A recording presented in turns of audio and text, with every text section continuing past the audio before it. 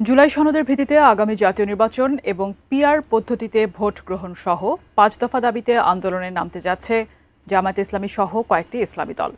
একই দিনে শুরু হতে যাওয়া এই আন্দোলন যুগপৎ আন্দোলন কিনা তা নিয়ে ভিন্ন ভিন্ন মত আছে দলগুলোর। ফেরদৌস রহমানের রিপোর্টে বিস্তারিত।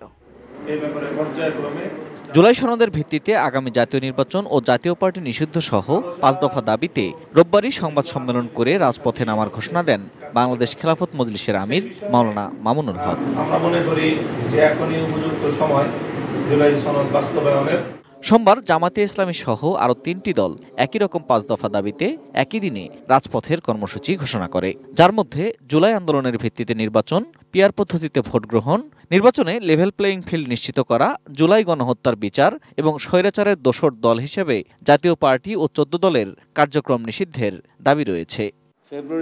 আরএফএল অডিটর, বাঁকা হয় না, ফাঁকা হয় না, আর ভাঙা এক কথায় অসম্ভব। দুপুরে মগবাজারের আল ফালাহ মিলনায়তনে সংবাদ সম্মেলন করে জামায়াতে ইসলামের নায়েবে আমির ডক্টর সৈয়দ আব্দুল্লাহ মোহাম্মদ তাহের দাবিগুলো তুলে ধরে বলেন, কর্মসূচি এক হলেও আন্দোলন যুগপৎ নয়। দলটি সংসদের নিম্ন ও উচ্চ উভয় কক্ষেই পিআর পদ্ধতিতে নির্বাচনের জোর দাবি জানায়। পিআরের ব্যাপারে আমরা মেজরিটি রাজনৈতিক দল একমত। একটু ডিফারেন্স হচ্ছে এই ২৫ দলের ভিতরে যারা ঐক্য কমিশনে অংশগ্রহণ করেছিল ৩১টি দল, অনেকেই আপার হাউসে পিআর চেয়েছেন। আমরা এবং আরও কিছু দল দুই কক্ষেই পিআর চেয়েছি, আপার আর লোয়ার। ডাক্তার তাহের বলেন, রাজনৈতিক ভিত্তি না থাকায় বর্তমান অন্তর্বর্তী সরকারের যে কোনো দিকে হেলে পড়ার প্রবণতা রয়েছে। সরকার মানছে না, তাদের নিজস্ব একটা চিন্তা কি সেটা তারা ভালো জানে। আর ২ নম্বর হচ্ছে না মানার জন্য তো কোনো রাজনৈতিক শক্তি থেকে চাপ থাকতে পারে। যদিও এই আন্দোলনকে যুগপৎ ঘোষণা দিয়ে চরমোনাই পীরের দল ইসলামী আন্দোলন বাংলাদেশ জানায়, আগামী নির্বাচনে ইসলামী দলগুলোকে একজোটে আনার ব্যাপারেও অনেকটা ঐক্যমত্যে পৌঁছানো গেছে।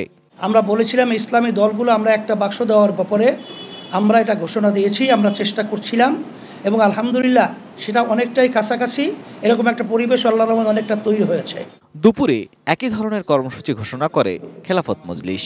18 সেপ্টেম্বর 2025 বৃহস্পতিবার ঢাকায় বিক্ষোভ মিছিল।